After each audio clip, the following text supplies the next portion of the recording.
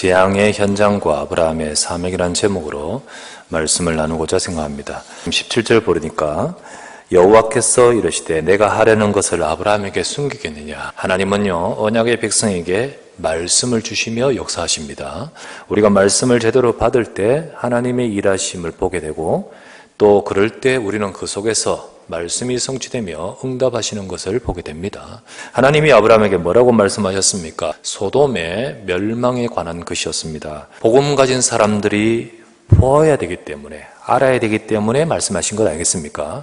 여러분에게 나의 하려는 것을 아브라함에게 숨기겠느냐라고 하시며 아브라함에게 말씀하시지 않습니까? 하나님은 지금 내게 말씀하십니다. 그래서 우리는 이 메시지와 이 말씀을 통하여 나에게 주시는 음성을 듣기를 주의 이름으로 축원합니다. 첫 번째 나눌 말씀은 복된 자로 부름받은 언약의 사람을 우리가 알아야 되겠습니다. 수많은 사람들이 있지만 왜 하나님이 아브라함에게 내가 숨기지 않고 말씀 주신다 했습니까? 아브라함은 강대한 나라가 되고 천하 만민은 그로 말미암아 복을 받게 될 것 아니냐. 하나님이 아브라함을 불러서 복음을 주셨습니다. 천하 만민을 복되게 할 계획 속에 아브라함이 있었다는 거지요. 이 모든 세상은 창세기 3장으로부터 시작해서 인간은 전부 하나님을 떠나 죄와 흑암 속에 잡혀있지 않습니까? 세 가지 저주인 인생의 근본 문제 속에서 이 땅은 멸망하고 멸망으로 치닫는 것이 세상 아니겠습니까?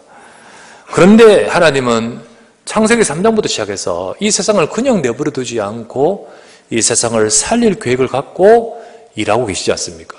그런 가운데 하나님께서는 세상을 멸망해서 건지려고 복음을 주셨는데 이 복음을 아브라함이 받았다는 것 아니겠습니까? 여러분과 저는 아브라함처럼 이 축복받은 자입니다. 하나님이 주신 유일한 복음, 그 예수 그리스도의 복음을 받게 하셨습니다. 그래서 여러분과 저는 두려워하는 것이 아니라 우리는 하나님의 말씀을 듣고 하나님이 주신 언약을 잡아야 되는 것입니다. 우리가 하나님 말씀을 받을 때 하나님은 그 말씀을 이루시고 역사하고 성취하십니다. 두 번째, 소돔의 재앙과 이유입니다. 영적으로 얻은 롯이 아브라함을 떠날 때에 어디를 선택하냐면 이 소돔을 선택하는데 소돔을 선택한 중요한 이유는 바로 그 육신적 조건 때문이었습니다. 이에 롯이 눈을 들어 요단 지역을 바라본즉 소알까지 온 땅에 물이 넉넉하니 여호와께서 소돔과 고모라를 멸하시기 전이었으므로 여호와의 동산 같고 애굽 땅과 같았더라. 그러므로 롯이 요단 온 지역을 택하고 동으로 옮기니 그들이 서로 떠난지라. 아브라함은 가나안 땅에 거주하였고 롯은 그 지역의 도시들에 머무르며 그 장막을 옮겨 소돔까지 이르렀더라. 그런데 13절에 그러나 소돔 사람은 여호와 앞에 악하며 큰 죄인이었더라. 소돔동에 간 이유가 정말로 복음의 언약을 잡고 있는 롯이고 그리고 그 현장을 제대로 알고 간 롯이었다면 롯 속에서도 역시 똑같이 뭐가 있습니까? 복음의 언약이 있다면 롯 때문에 소돔은 복이 되었을 것입니다. 그러나 오늘 본문에 보았다시피 소돔은 재앙을 당하는 시점이 됩니다.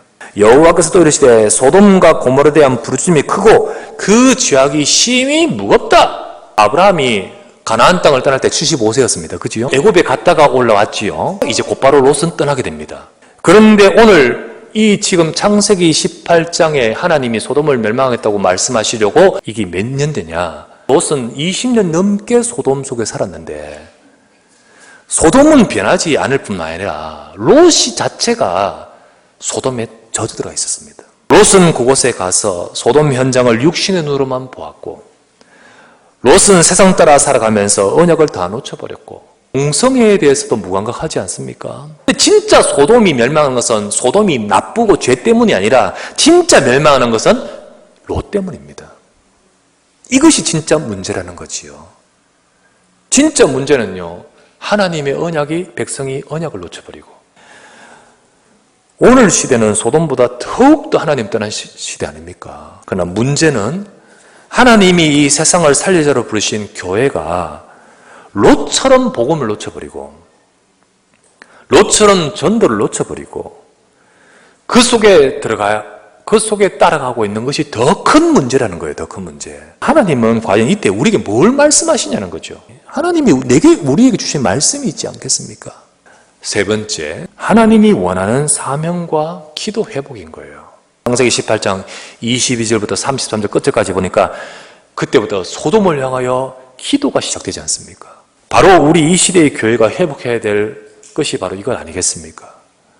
바로 기도가 돼야 되고, 무엇보다 너는 복받은 자, 너는 이 만민을 살릴 자 아니냐. 롯은 잃어버리고 있는 이거를 보면서 진짜 우리가 회복해야 될 것이 무엇이며, 하나님의 음성을, 말씀을 들으면서 회복해야 될 사명을 알게끔 하시는 거죠. 이번 주간에 코로나 사태가 특별히 신천지가 성장한 것은요, 오로지 교회를 파고들고 성도를 무너뜨리면서 지금 성장해 왔거든요. 그렇게 되게끔 만드는 것은 한국 교회 문제잖아요. 지금에 있어서 진짜 재앙은 우리 교회의 영적 상태라는 사실. 우리는 신천지를 보내면서 신천지를 보는 것이 아니라 교회의 민낯을 보게 되는 거지요. 이 세상을 살리려 교회와 성도에게 복음을 주셨음에도 불구하고 우리가 아브라함인데, 그지요? 근데 우리가 롯이 되어 있거든.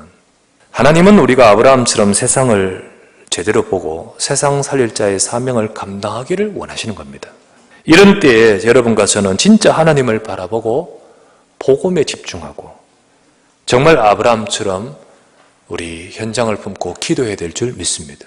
본질적인 것은 이 시대 현장을 보면서 복음의 현장을 품고 우리가 기도해야 될 줄 믿습니다. 정말 하나님, 우리 가정에 임하는 재앙을 나를 통하여 살리게 하옵소서. 재앙이 꼭 바이러스뿐만 아니잖아요. 수많은 문제들이 우리의 후대를 공격하고 우리 가정과 우리의 삶을 무너뜨리려고 역사할 것인데, 깨어있는 자, 아브라함처럼 깨어있는 자, 기도하는 자를 찾고자 하시는 거죠. 지난번 몇 주 전에 사도행전 27장을 설교했지요. 파선하는 현장을 살릴 자라는 제목으로 말씀 드렸습니다. 정신 차리고 진짜로 사명을 회복한 사람 한 사람, 바울은 기도 속으로 들어갔지 않습니까? 그때 그 복음 가진 전도자 바울 때문에 하나님이 역사하셨잖아요. 바울이 아니면 그 배는 살릴 수 없다 했지 않습니까? 바울아, 두려워하지 말라. 네가 가이사 앞에 서야겠고 또 하나님께서 너와 함께 항해하는 자를 다 내게 주셨다 하였으니. 제가 늘 하는 기도 속에 이런 기도가 있습니다. 주님, 너희는 가서 만민에게 복음을 전파하라.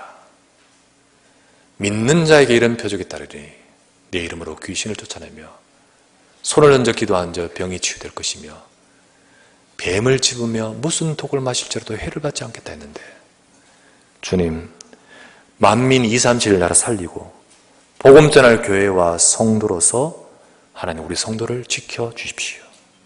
기도가 되는 거예요. 기도. 오히려 이것을 통하여 만민에게 복음을 전파하는 237을 살릴 사명을 우리 모든 교회들이 회복하고 또 우리 교회가 그리고 우리 성도들이 회복하게 하옵소서. 진짜 복음 속으로 들어가야 돼요. 복음의 언약 잡고 하나님이 내게 주신 인생의 사명 발견할 때 하나님이 일하십니다. 오히려 하나님의 더 크고 놀라운 말씀을 받으면서 응답 속으로 들어가는 우리 모두가 되시기를 주의 이름으로 축원합니다.